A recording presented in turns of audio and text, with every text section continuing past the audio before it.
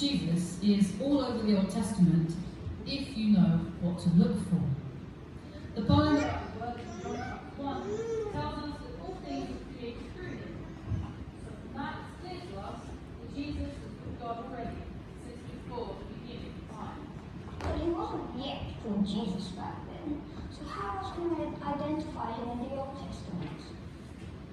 You're right, he wasn't known by that name until the New Testament.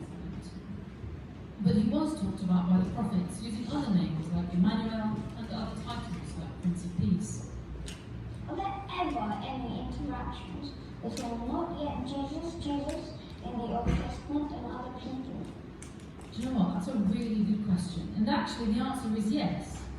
Whenever you see the phrase, the angel of the Lord, that is referring to Jesus. A pre-New Testament physical manifestation of God that interacts with several notable people throughout the Old Testament.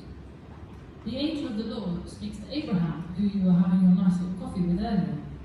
Jacob, Abraham's son, then wrestles with the angel of the Lord and demands to be blessed. And it is also the angel of the Lord who called out to Moses from the burning bush. I didn't know that. What about the other prophecies about the coming of the Messiah?